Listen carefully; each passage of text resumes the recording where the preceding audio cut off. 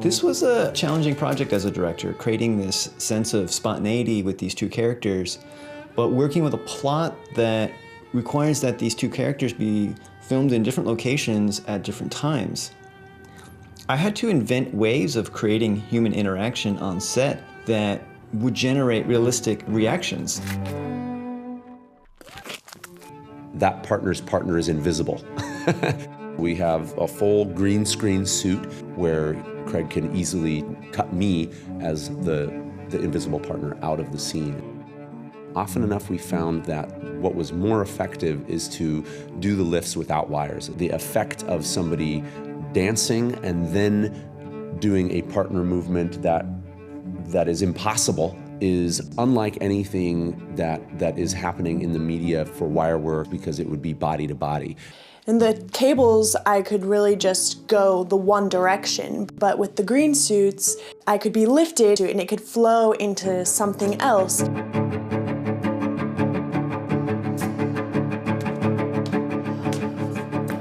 It was all about sharing weight and lifting and falling. Oh my gosh, I'm about to fall. How can I make it into a really cool role? And that can flow to something else.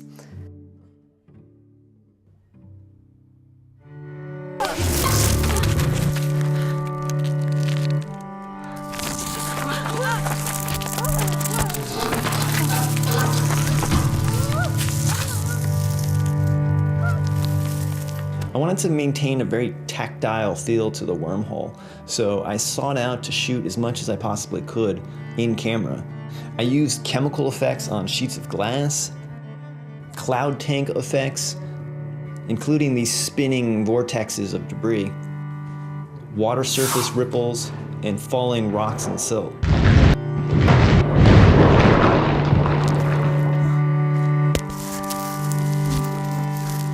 These liquid chemical effects produced grayscale masks that allowed me to distort and punch through from one image and from one world to the next.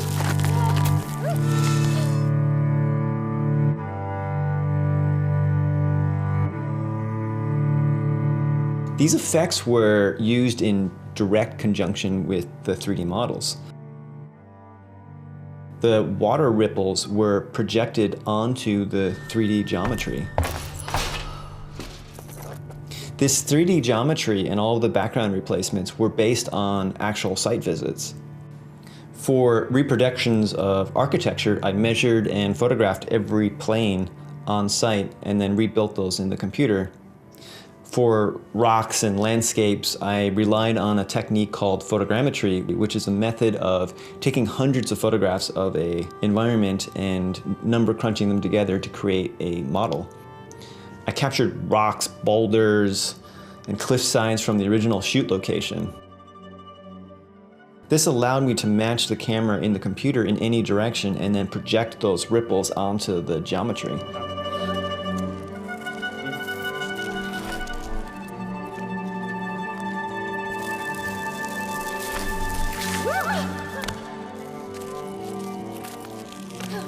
All of these components were tracked and composited into the original footage. I'm hoping that in the end, you won't be able to recognize all of these little individual pieces.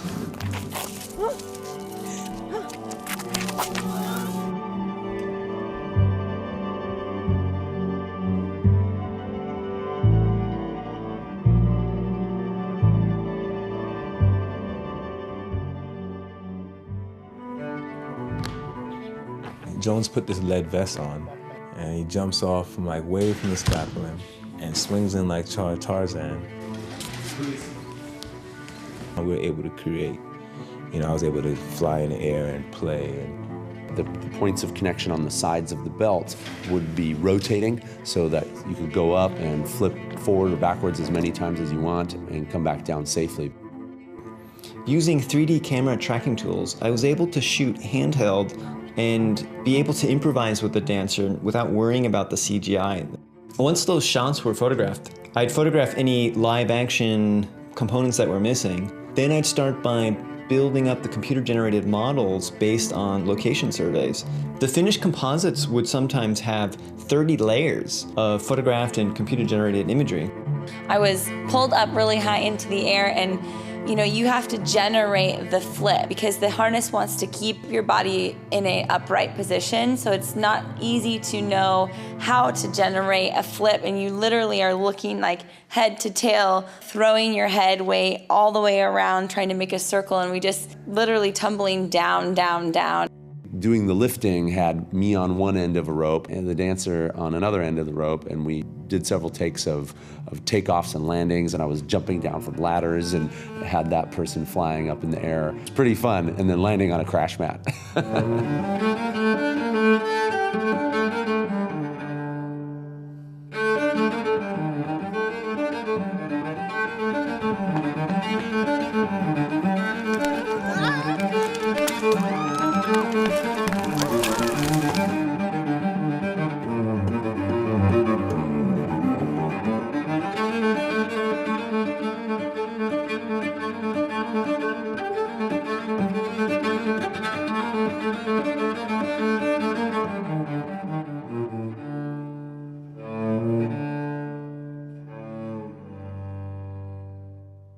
There's a couple of missing pieces that we needed to fill in and really match up exactly with the rest of what we had already shot.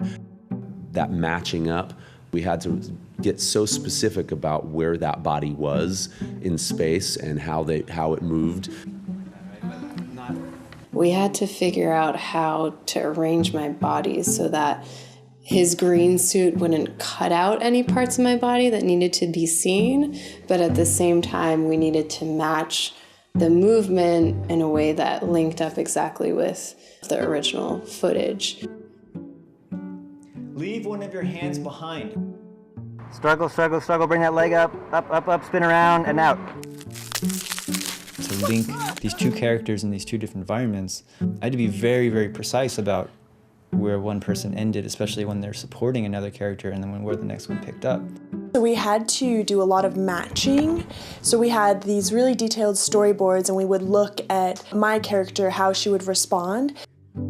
How are we getting from point A to point B to point C, which became very complicated when the background is changing very turbulently in this wormhole.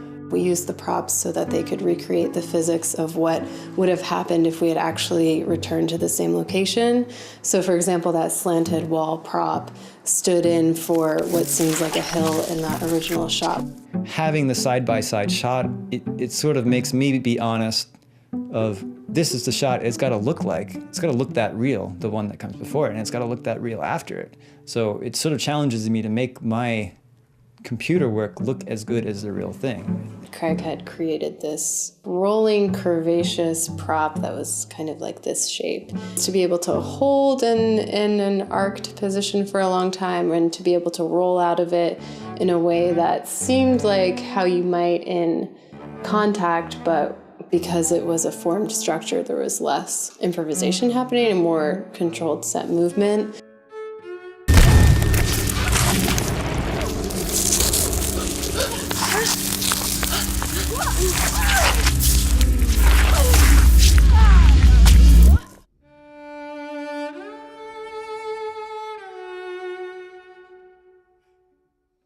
One of the first locations we ended up shooting at, a beautiful desert rocky landscape. The conditions were pretty tough, especially for us effects guys. Extremely hot. You're dealing with the sun, the wind, all of these kind of gritty elements, and you could take that away and you could perfectly light it on a green screen stage, it just wouldn't quite be the same. But you lose that sense of realism and you lose the sense of what I should be comparing this to.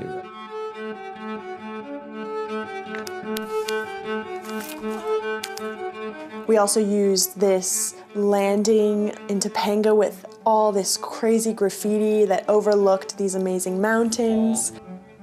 It's told through dance, but I didn't want to linger. Like, as soon as something was established, mix it up a little bit. Go with this energy of kind of quick and dynamic that matched like this urban futuristic look that we were creating.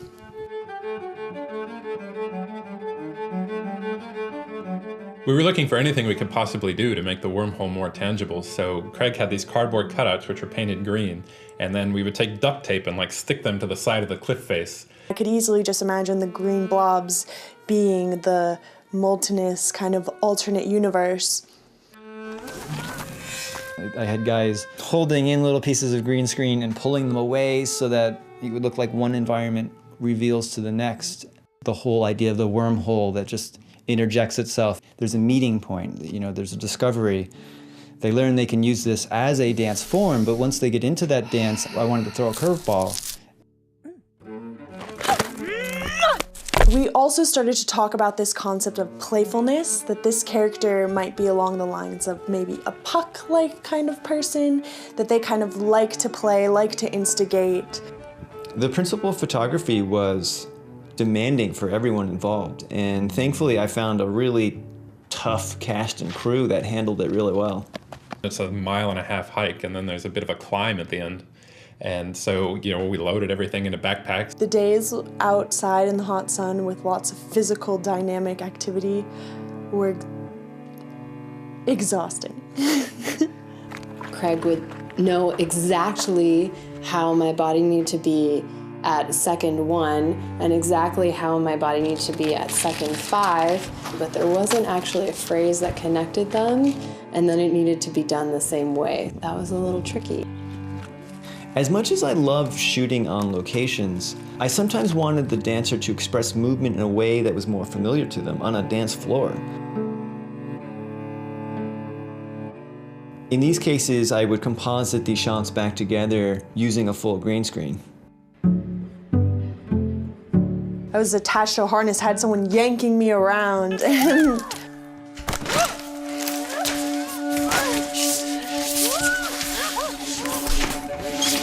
having a mobile cable system really allowed us to come up with tricks right on the spot. And it also gave the talent something very visceral to react to, so they weren't just acting in a vacuum. When I first saw it, yeah, I was interested. I just wanted to have fun. I just wanted to play with it. It was really interesting also seeing the stunts come alive.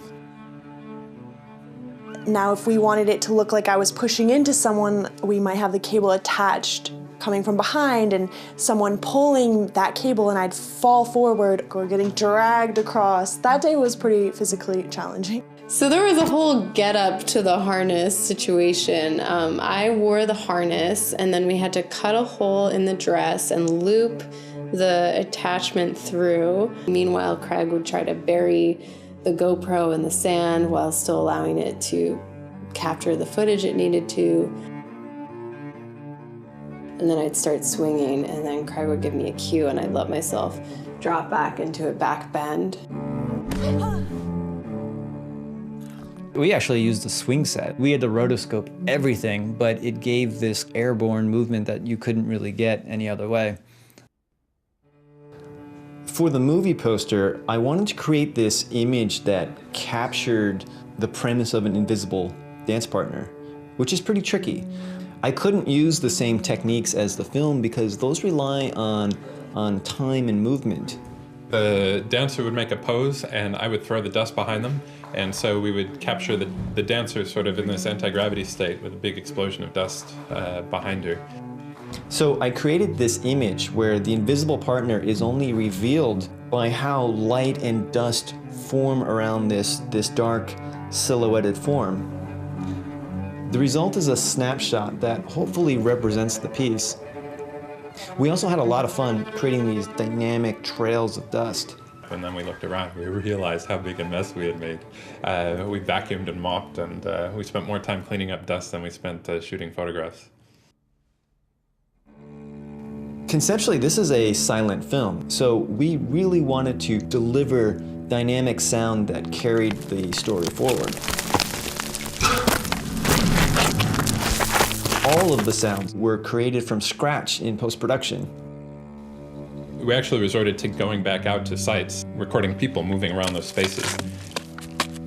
One of the consequences of building your entire Foley track out of a sample library that you've created after the fact is that every single sound has to be hand-placed to picture.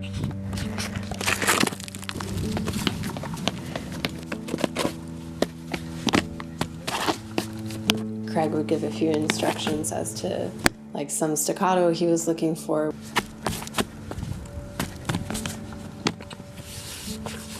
There was a lot of playful exploration to come up with the sound that will then be layered into all the movements that you see.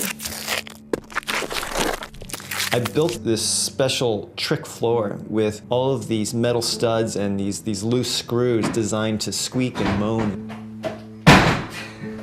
I invited my breakdancer friend Ari over to just go to town. These recordings served as the library for the industrial gym scene with Abby jumping and rolling over that floor.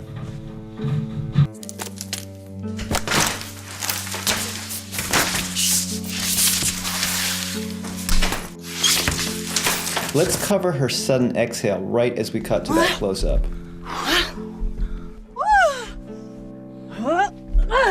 We Foleyed every single sound, including what sounds like very natural, out-of-breath dance sounds and landings by reproducing all of those movements.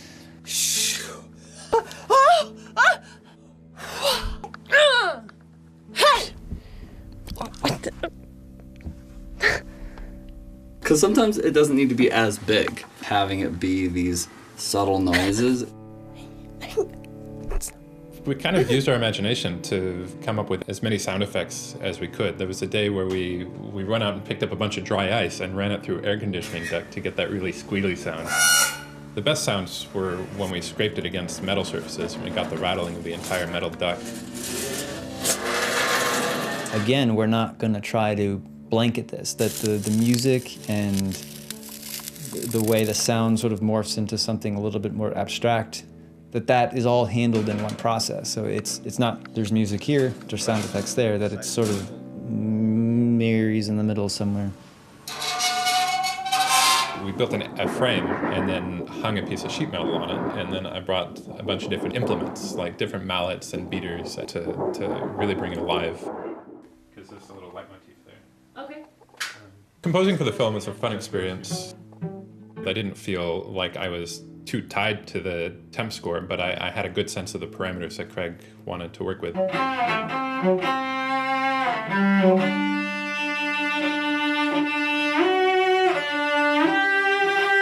Craig was always mindful of the balance. It's an interesting thing because it's got some weird, scary sci-fi stuff, but at the same time it's a light-hearted, bouncy, playful thing. And we wanted to hit the whole range, to feel some danger, but not so dangerous that it was, gonna frighten little kids. So